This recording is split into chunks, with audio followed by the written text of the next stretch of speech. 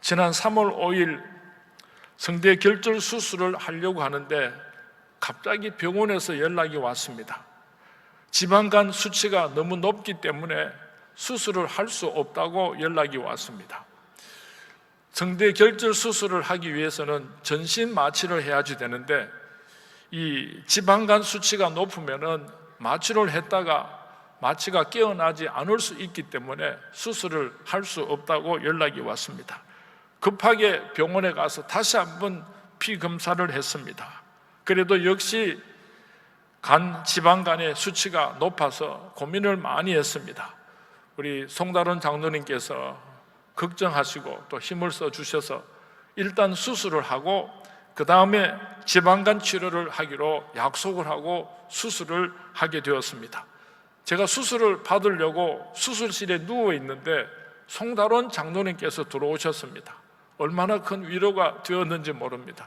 제 손을 꼭 붙잡고 이제 마취에 들어가기 직전에 간절하게 기도를 해주실 때 얼마나 큰 위로와 용기가 생겨났는지 모릅니다. 그래서 저는 큰 진리를 하나 깨달았습니다.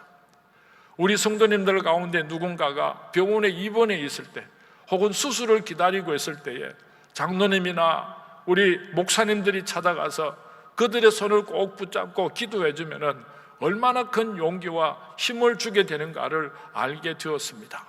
수술을 마쳤습니다. 저는 누가 제 목에 수술을 했는지를 몰랐는데 한 달이 지나서 송다론 장로님께서 직접 수술해 주셨다는 것을 알게 되었습니다. 얼마나 자랑스럽고 고마운지 모르겠습니다.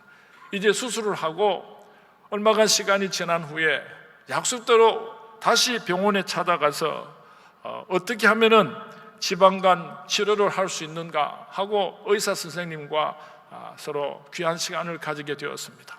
목사님, 적어도 7kg를 감량하지 않으면은 목사님 이 지방간을 고칠 수가 없습니다. 목사님은 당뇨도 가지고 있고 또 목사님은 무릎도 좋지 않은데 몸무게를 7kg을 감량하지 않으면은 이 모든 병을 고칠 수가 없습니다 하면서 준엄하게 경고를 하셨습니다. 어떻게 해서든지 운동을 하고 살을 빼야지 되는데 무슨 운동을 했으면 좋겠는가 고민을 하다가 자전거를 타기로 결심을 했습니다. 처음에는 10km, 20km를 타는 것이 얼마나 힘들고 어려웠는지 모릅니다. 그런데 한 3, 40km를 타고 나니까 얼마나 몸이 가벼워지고 또 나이가 자꾸만 많아지니까 집중력이 흐트러지고 자신감을 잃어가는데 한 3, 40km 자전거를 타고 오면은 얼마나 자신감이 생기고 집중력이 높아지는지 모릅니다. 자전거 도로를 얼마나 잘 만들어 놓았는지 강을 따라서 자전거 도로를 타고 가노라면은 걱정하고 염려했던 꼬였던 것들을 다 잊어버리고 하나님을 찬양하면서 하나님께서 주시는 새로운 힘과 위로를 받을 수가 있어서 참 좋았습니다. 몸무게는 자꾸만 줄어들어 가게 되고 또 이 자전거를 타는데 참 좋은 것 중에 하나가 무엇인가 하면은 돈이 들지 않습니다. 자전거 한 대만 구입을 해서 타고 다니면은 더 이상 돈 들 일이 없으니까 경제적으로도 참 좋았습니다.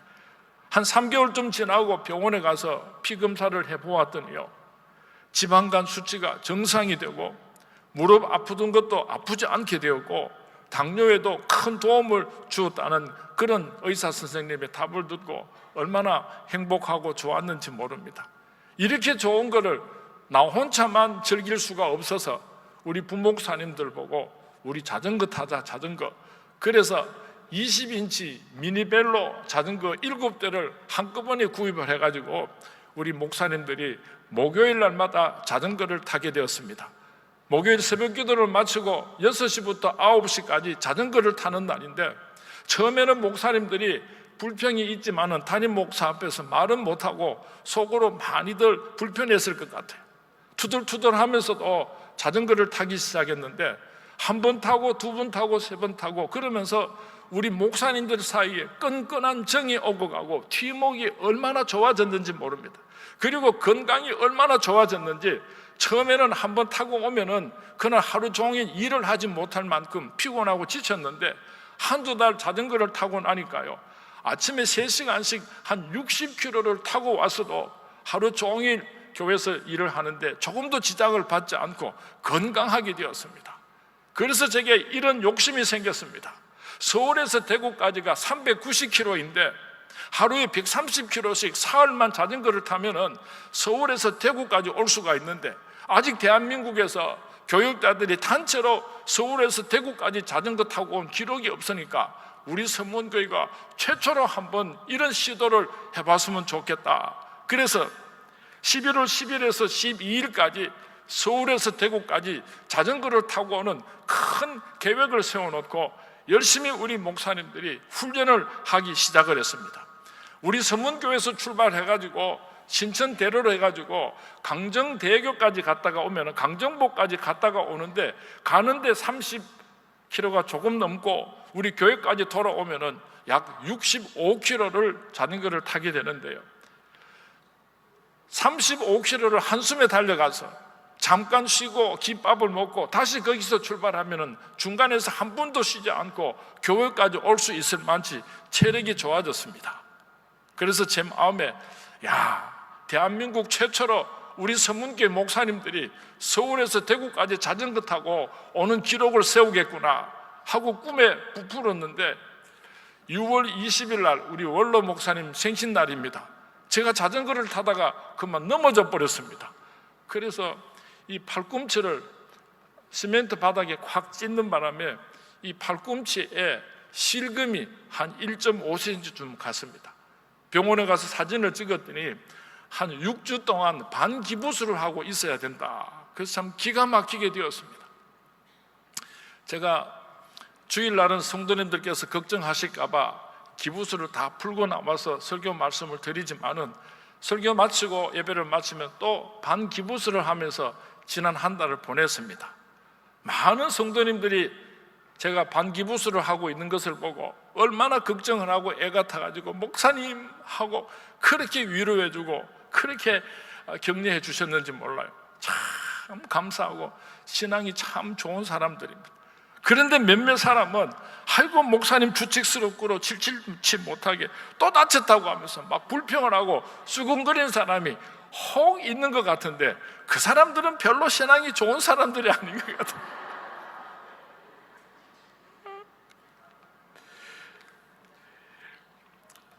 지난 주간에 또 이규찬 장로님께서 자전거를 타시다가 그만 넘어지셔가지고 이 광대뼈가 함몰이 되고 큰 사고를 당하셔서 수술을 하셨습니다.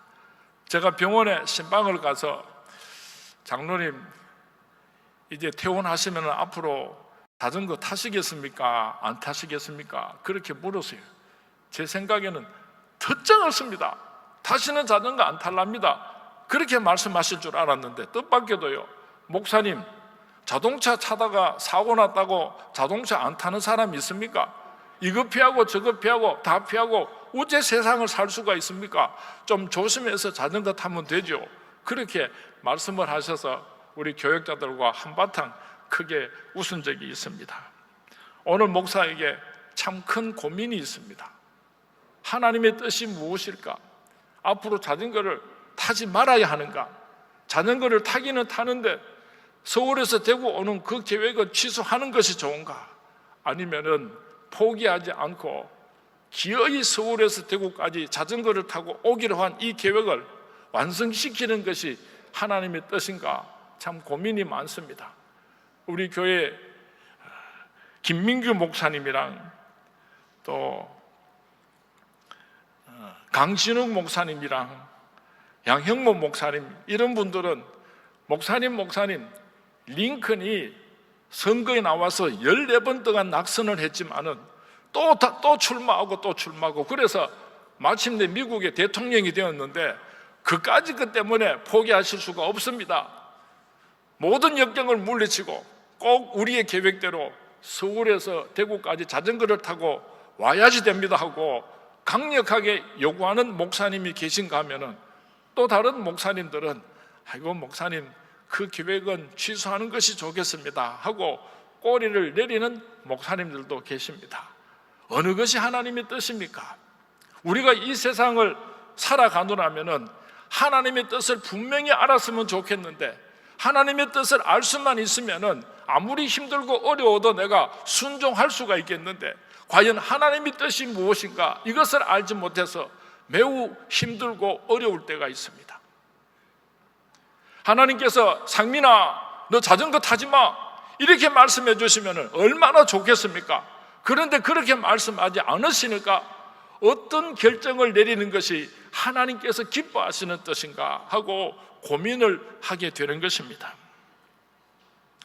우리 선문교회 나하일 집사님의 아들이 서울에서 유명한 의사 선생님이신데 큰 병원을 개설하려고 몇 년 전부터 기도하고 준비를 하고 있습니다. 어디다가 어떻게 병원을 짓고 시작할 것인가 기도하고 계신 줄 압니다. 많은 사람들이 사랑하는 아들, 딸들의 혼례 문제를 앞에 놓고 진로 문제를 앞에 놓고 사업을 할 것인가 말 것인가 여러 가지 문제들을 놓고 하나님의 뜻이 어디 있는가 묻고 고민하고 계실 줄로 압니다. 어떻게 우리가 하나님의 뜻을 알 수가 있는가? 고아의 아버지요, 기도 응답을 많이 받았던 조지 물러가 쓴 책 하나님의 뜻을 아는 법이라고 하는 책을 중심으로 하고 우리가 하나님의 뜻을 발견하는 몇 가지 교훈을 얻기를 원하는 것입니다.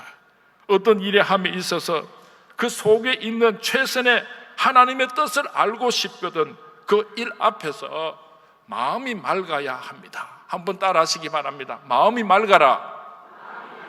마음이 맑아라. 이랬으면 좋겠다, 저랬으면 좋겠다, 이런 어떤 선입견도 가지지 마시고 욕심도 가지지 마시고 감정이나 혈기나 어떤 불순한 동기도 가지지 마시고 하나님 앞에서 조용히 마음이 맑아야 할 것입니다. 잔잔한 호수에는 달도 비치고 별도 비치고 구름도 비치고 해도 비칩니다. 그러나 그 잔잔한 호수에 돌을 하나 던져 넣으면은 별도 천쪽이요 만쪽이 되고 달도 천쪽이요 만쪽이 되고 구름도 해도 천쪽이 되고 만쪽이 되고 마는 것입니다. 마찬가지로 하나님의 음성을 듣기를 원하신다면 우리의 마음이 맑아야 하나님의 음성을 들을 수가 있는 것입니다. 엘리야가 갈멜산에서 바알의 선지자 450명과 아스라 선지자 400명 850명 대 혼자서 영적인 전투를 벌이고 승리하여 하나님께 영광을 올려드린 것을 우리는 잘 알고 있습니다. 바로 그 다음에 이세벨이 엘리야를 잡아 죽이려고 한다는 소문을 듣고 엘리야는 겁이 나서 도망을 치기 시작합니다.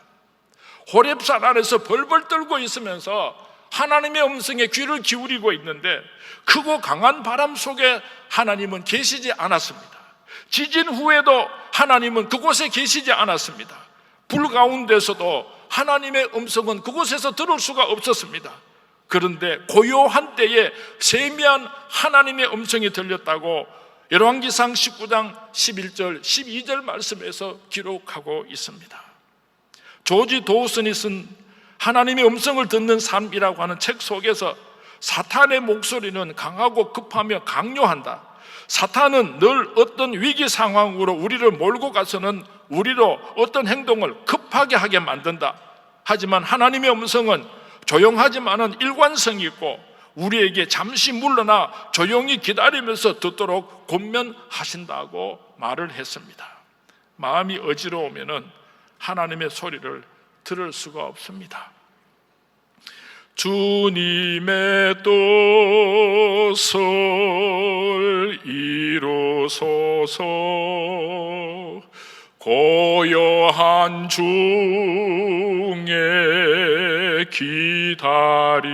기다리니 진흙과 같은 날 비주사 주님의 형상 만드소서. 하나님의 뜻을 알고 싶습니까? 두 번째로 하나님의 말씀의 원리에 비추어 볼 수 있기를 바랍니다. 내가 이런 결정을 내리는 것이 성경적이냐 성경적이지 않으냐 하나님의 말씀에 비추어 보아야 하는 것입니다. 만약에 내가 어떤 결정을 내리려고 하는데 이것이 하나님의 말씀의 가르침에서 어긋난다고 한다면 절대로 하나님 아버지의 뜻이 아닙니다. 하나님의 도우심을 입을 수도 없고 하나님의 축복을 기대할 수도 없는 것입니다. 언제 우리가 하나님의 말씀을 읽는 것이 가장 좋은가? 하루를 시작하는 새벽 첫 시간에 하나님의 말씀을 읽을 때에 오늘 내가 어떻게 살아가야 하는가? 내가 어떻게 살아갈 때 하나님께서 나와 함께 하시고 축복하시는가? 놀라운 하나님의 음성을 들을 수 있기 때문입니다. 바이올린을 연주하는 사람이 연주를 시작하기 전에 제일 먼저 하는 일이 피아노 앞에서 그 음정을 튜닝합니다. 음정을 정확하게 그렇게 고쳐놓지 않고 연주를 한다면 그 연주는 실패하고 마는 것입니다. 하루를 살아놓고 저녁에 돌아와서 하나님의 말씀을 읽다가 보면 오늘 아침에 이 말씀을 읽었다면 하나님께서 내게 얼마나 큰 축복을 주셨을 텐데 가슴을 치고 후회할 때가 얼마나 많은지 모릅니다. 아침에 일어나시면 제일 먼저 하나님의 말씀을 읽으시고 출발함으로 하나님의 뜻이 여러분의 삶 가운데서 매일처럼 축복으로 나타날 수 있게 되기를 주님의 이름으로 축원을 드립니다. 세 번째로 하나님의 뜻을 분별하기 위하여서 환경 속에서 승리하시는 하나님의 손의 방향을 더듬어 볼 수 있기를 바랍니다. 하나님께서 택하신 하나님의 거룩한 백성들을 이 땅에서 영원한 천국으로 인도하실 때 하나님께서는 하나님의 손길로 섭리를 가지고 우리를 천국으로 인도하셨는데 크게 네 가지 하나님의 섭리가 있습니다. 첫 번째로는 허용적인 하나님의 섭리가 있습니다. 하나님께서는 우리에게 자유의지를 주셨습니다. 사물을 관찰하고 분석하고 판단하고 선택할 수 있는 자유의지를 주셨습니다. 하나님께서는 우리가 스스로 결정하고 행복하게 살아갈 때 얼마나 기뻐하시고 영광을 받으시는지 모릅니다. 두 번째로는 예방적인 섭리가 있습니다. 하나님의 택함 받은 백성들이 위험한 길을 가고 있을 때 하나님께서는 막으시고 못 가게 하시는 예방적인 섭리가 있는 것입니다. 어떻게 예방적인 섭리를 우리에게 베풀어 주시는가 하면은 여러분들에게 신앙에 좋은 친구가 있으면 그 친구가 하는 그 말을 통하여서 그리는 가면 안 된다, 하나님께서 기뻐하시지 않아 하고 그렇게 예방할 수 있는 하나님의 섭리가 나타날 때가 있습니다. 때로는 선포되는 하나님의 말씀을 들을 때 가슴이 찌릿찌릿하고 마음에 고통이 오고 자복하고 회개하는 마음이 일어날 때 하나님께서 예방적인 섭리로서 오늘 나에게 역사하고 계시는 줄로 알아야 할 것입니다. 그리고 세 번째로는 지향적인 하나님의 섭리의 손길이 있습니다. 막으시기만 하시는 것이 아니라 이리로 가라 저리로 가라 하고 하나님께서 우리의 갈 길을 보여주시고 인도하시는 섭리가 있는데 이것이 바로 지향적인 하나님의 섭리인 것입니다. 자동차를 몰고 가다가 보면은 앞에 공사가 진행이 되면은 노란 바리케이트를 쳐놓고 들어가지 마십시오, 유턴해서 돌아가시기 바랍니다, 좌로 가시기 바랍니다, 우로 가시기 바랍니다 하고 방향판을 세워놓은 것처럼 하나님의 택함받은 아들과 딸들이 이 세상 살아가다가 위험한 길을 가고 있을 때 그쪽으로 가면 안 돼, 이쪽으로 가야 돼 하고 하나님께서 우리가 걸어가야 할 길을 표시하여 주시는 지향적인 하나님의 섭리의 손길이 있는 것입니다. 사도행전 16장에 보면은 사도 바울이 아시아 쪽으로 2차 전도 여행을 출발하려고 준비를 하고 있었습니다. 아시아 쪽으로 세계 선교를 하려고 무던히 애를 쓰는데도 불구하고 성령께서는 사도 바울의 선교의 길을 막으셨습니다. 사도행전 16장 7절 말씀에 보면은 무시아 앞에 이르러 비두니아로 가고자 애쓰되 예수의 영이 허락하지 아니하시는지라.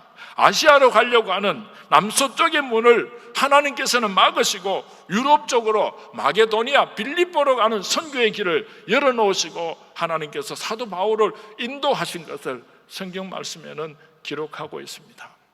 우리가 이 세상을 살아가다가 하나님께서 그리 가면 안 돼 하시고 다시 다른 길을 예비하시고 우리를 인도하실 때에 지향적인 하나님의 손길이 나와 함께 하시는 줄 알고 순종하심으로 평탄한 축복의 길을 갈 수 있기를 주님의 이름으로 축원을 드립니다. 하나님께서 길을 막으시고 다른 길을 준비하시고 우리를 인도하시는데도 불구하고 얼마나 고집이 세고 욕심이 많은지 하나님께서 인도하시는 대로 가지 않고 내 생각대로 내 방법대로 죽을 똥 살 똥 모르고 막 길을 쓰고 달려가려고 할 때 그때 나타나는 하나님의 섭리가 있습니다. 전권적인 하나님의 섭리가 있습니다. 너 정말 말 안 들을래? 그러면 너 죽어. 내 말 들어야 돼. 하나님께서 우리에게 벌을 주실 때에 한 번 실수할 때마다 벌을 주신다면요, 이 세상에 죽지 않을 사람 아무도 없습니다. 하나님께서 얼마나 오래 참고 기다리시는지 모릅니다. 얼마나 많은 경고를 주시는지 모릅니다. 여러분 가정에서 자녀들을 때릴 때 대부분 이 자식이 하고 탁 때리는 부모는 아무도 없습니다. 너 맞아. 그러면 맞아. 그러면 안 된다니까. 맞는다니까. 그렇게 경고를 하고 이 워닝 사이즈, 이 노란 카드를 안 돼. 하나님께서 우리에게 옐로우 카드를 내미시고 너 그러면 맞아? 너 그러면 맞아? 그런데도 불구하고 계속 고집을 피우고 잘못된 길로 가게 되면 하나님께서 하는 수 없이 레드카드를 드시는 것입니다. 건강을 때리시는 겁니다. 물질을 때리시는 것입니다. 자녀를 때리는 것입니다. 왜 하나님께서 때리시는가 하면 우리를 죽여서 지옥불로 보내려고 하는 것이 아니라 그렇게 꺾어서라도 우리가 회개하고 천국 가게 하시려고 우리를 포기하실 수가 없기 때문에 때로는 때리실 때가 있습니다. 이것이 바로 전권적인 하나님의 섭리인 것입니다. 살아계신 하나님께서는 지금도 허용적인 섭리로, 예방적인 섭리를 통하여, 지향적인 섭리를 통하여서 전권적인 하나님의 섭리를 통하여서 우리를 천국으로 인도하고 계시는데, 오늘 나는 하나님께서 어떠한 섭리를 가지고 천국으로 인도하고 계시는가, 우리 자신을 한번 돌아보았으면 좋겠습니다. 하나님의 뜻을 알기를 원하십니까? 네 번째로, 하나님의 뜻을 알기를 원하시면 하나님께 물어보시기 바랍니다. 기도해야 할 줄로 압니다. 나는 참 어리석습니다. 나는 우둔합니다. 나는 한치 앞을 내다볼 수가 없습니다. 이대로 내버려 두시면 잘못 판단하고 잘못 선택할 수밖에 없으니 하나님 나를 불쌍히 여기시고 도와주시기를 원합니다. 하나님의 뜻을 밝히 보여주시기를 원합니다. 우리는 하나님 앞에 기도해야 하는 것입니다. 그런데 기도는 만능이 아닙니다. 구질구질한 내 계획들을 잔뜩 내어놓고 하나님 이대로 이루어질 줄로 믿습니다. 이거는 기도가 아닙니다. 온갖 욕심 다 끌어다가 쓰레기통을 만들어 놓고 예수님 이름으로 기도합니다. 아멘. 이것은 기도가 아닌 것입니다. 하나님 이대로 주옵소서. 내가 그렇게 기도를 드렸는데 하나님께서는 심히 불쾌하십니다. 야 이놈의 자식아, 네가 그 기도하는 대로 내가 다 들어주면은 너는 죽어. 하나님께서 심히 불쾌하실 때가 있습니다. 기도란 무엇입니까?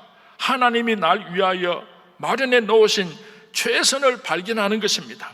기도는 최선을 장착하는 것이 아니요, 최선을 개발하는 것이 아니요, 날 위하여 이미 마련된 하나님의 뜻을 발견하는데 기도의 목적이 있는 것입니다.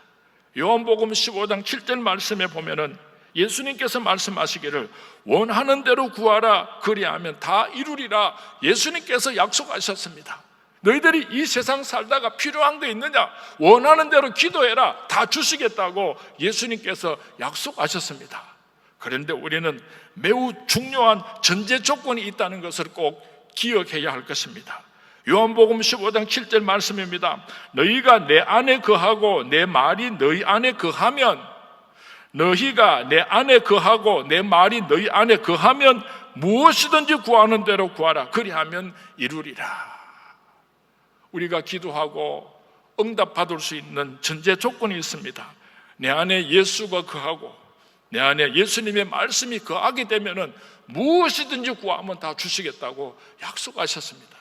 이 전제 조건이 이루어지지 않은 기도는 하나님께서 응답해 주지 않는다는 것을 우리가 꼭 기억했으면 좋겠습니다. 무슨 일을 결정하려고 할 때에 마지막으로 한 번 더 생각해 보아야 할 것이 있습니다. 예수님이라면 이럴 때 어떻게 하시겠는가? 예수님이시라면 이럴 때에 어떤 결정을 하시겠는가? 주님께 그 일을 맡겨볼 수 있기를 바랍니다. 예수님께서 기뻐하시겠는가? 예수님께서 걱정하시겠는가? 우리는 심각하게 생각해 보아야 하는 것입니다. 우리는 매일처럼 어떤 길을 선택하여야 하는가? 하나님께서는 무엇을 원하실까? 고민하면서 살아가고 있습니다.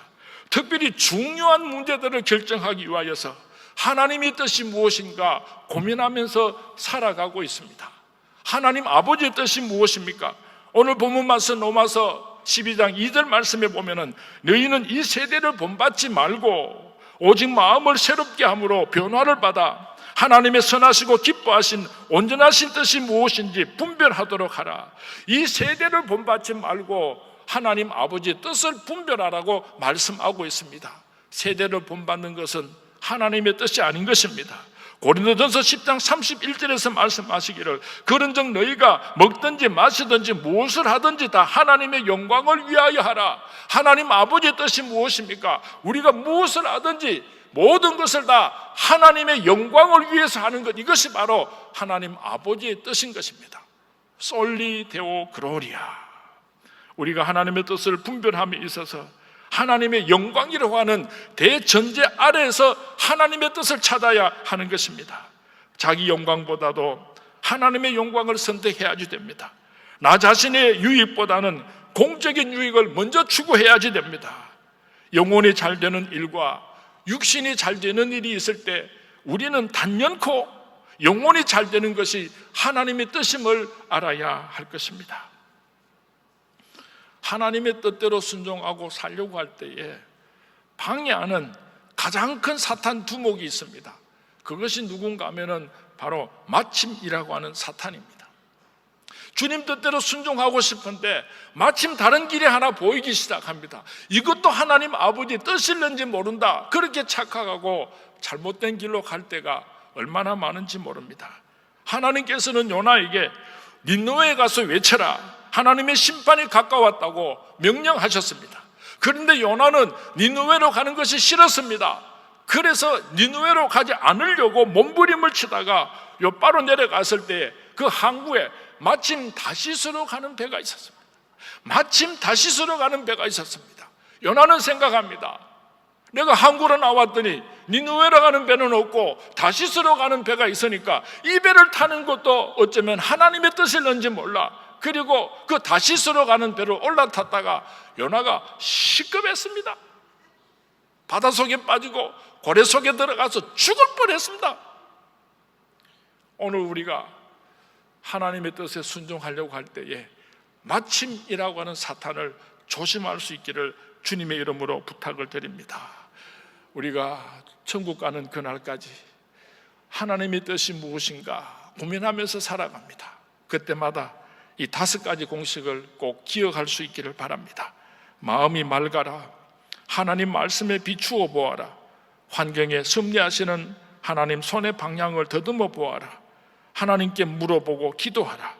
예수님이시라면 어떻게 하시겠는가 생각하면서 매일처럼 선택에 승리하시고 하나님 뜻에 순종하심으로 하나님께서 약속하신 여호와 일의 축복의 주인공들이 될 수 있기를 주님의 이름으로 축원을 드립니다. 주님의 이름으로 축원을 드립니다. 많은 신앙의 선배들이 한결같이 우리에게 권면합니다. 결정을 해놓고 마음이 편안하고 기쁨이 있으면 하나님의 뜻인 줄로 믿으시기 바랍니다. 결정을 해놓고 나서 마음이 편안하지 않습니다. 불편합니다. 찝찝하고 견딜 수가 없을 때는 하나님의 뜻에 순종한 것이 아니고 내 마음대로 결정한 증거인 것입니다. 힘들고 어렵지만은 하나님 아버지 뜻대로 순종하심으로 하나님의 예배하신 축복의 주인공들이 될 수 있기를 주님의 이름으로 축원을 드립니다. 주님의 이름으로 축원을 드립니다. 오늘 주신 말씀을 생각하면서 우리 일어나서 너 근심 걱정 말아라. 주 너를 지키리.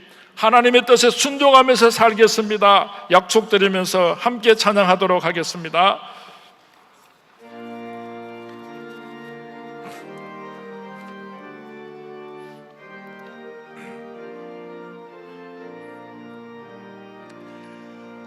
너 근심 걱정 말아라.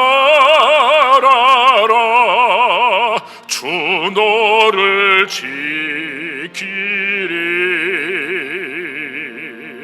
주 날개 밑에 거하라. 주 너를 지키리.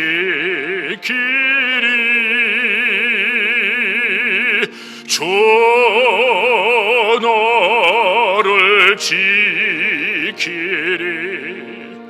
아무 때나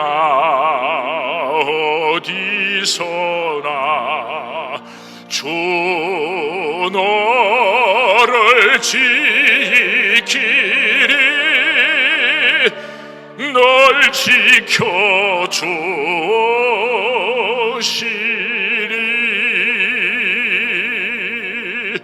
어려워 낙심이 될 때에 주 너를 지키리.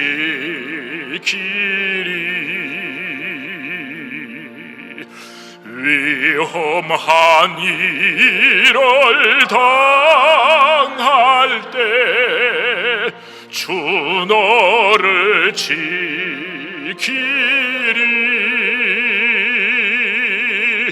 주 너를 지키리.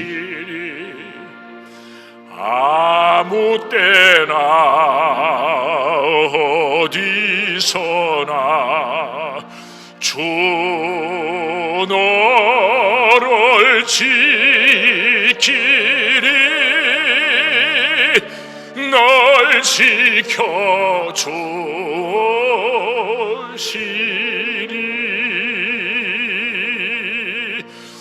너을 것 미리 하시고 주 너를 지키리.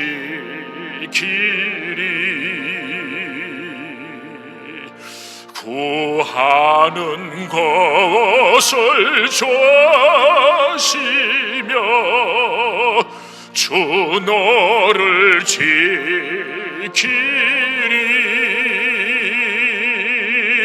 주 너를 지키리. 아무 때나 어디서나 주 너를 지키리. 널 지켜주시리.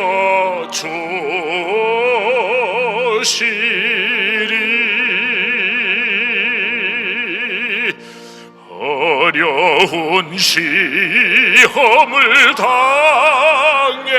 당해도 주 너를 지키리.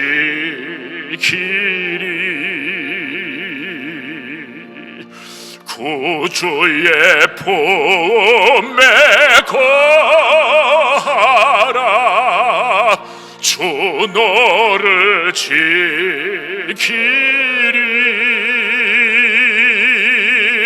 주 너를 지키리. 아무 때나 어디서나 주 너를 지키리. 널 지켜주시리.